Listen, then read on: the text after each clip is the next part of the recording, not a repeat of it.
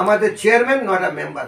ওরা যদি ইচ্ছা করতো তো আমাদের জেনেভা ক্যাম্পটা পুরা নিরোহী মুক্ত থাকতো। কি মাদক পুরা মুক্ত হতে পারবে না। এই জন্য পুরা মাদক পুরা বাংলাদেশে ছড়ানো আছে।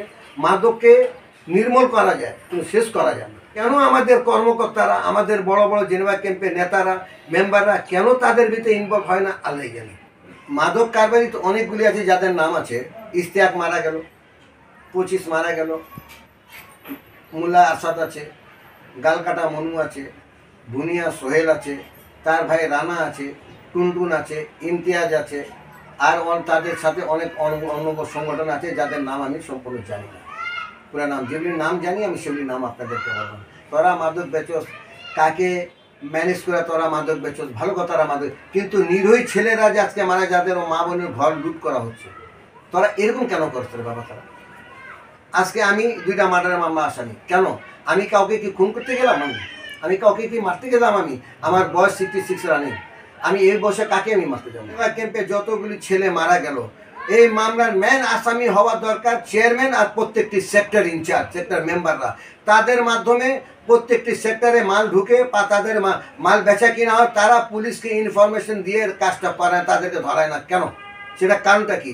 অবশ্যই সেক্টর ইনচার্জ বলেন, চেয়ারম্যান বলেন, তাদের অবশ্যই তাদের ইন্টারেস্ট আছে। হঠাৎ ছেলে মারা গেল, কারো কথা ব্যথা নেই কেন মারা গেল? এই চেয়ারম্যান, 9টা মেম্বার, তারা করে কি?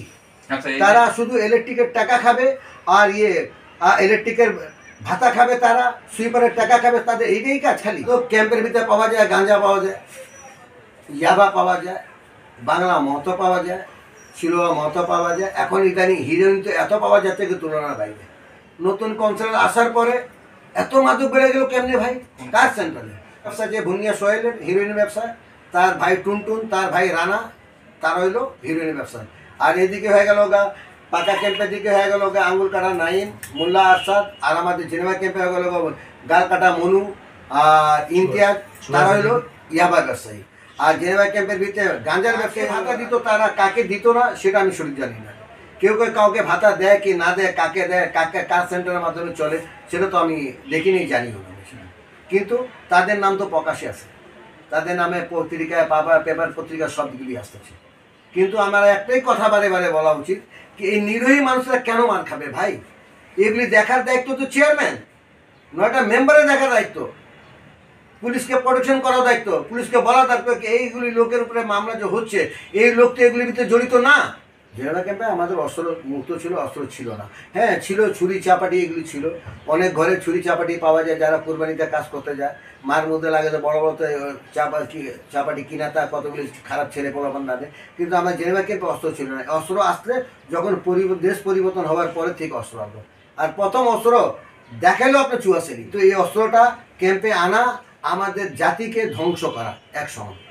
তো আমি বারবার আপনাদের কাছে একটা অনুরোধ করতেছি, তো অবশ্যই যদি আমি মার্ডার করে থাকি বা হাফ মার্ডার করে থাকি, তো এটা তদন্ত করা হোক, তদন্ত সত্য যদি আমি দোষী হয়ে থাকি আমাকে অ্যারেস্ট করা হোক।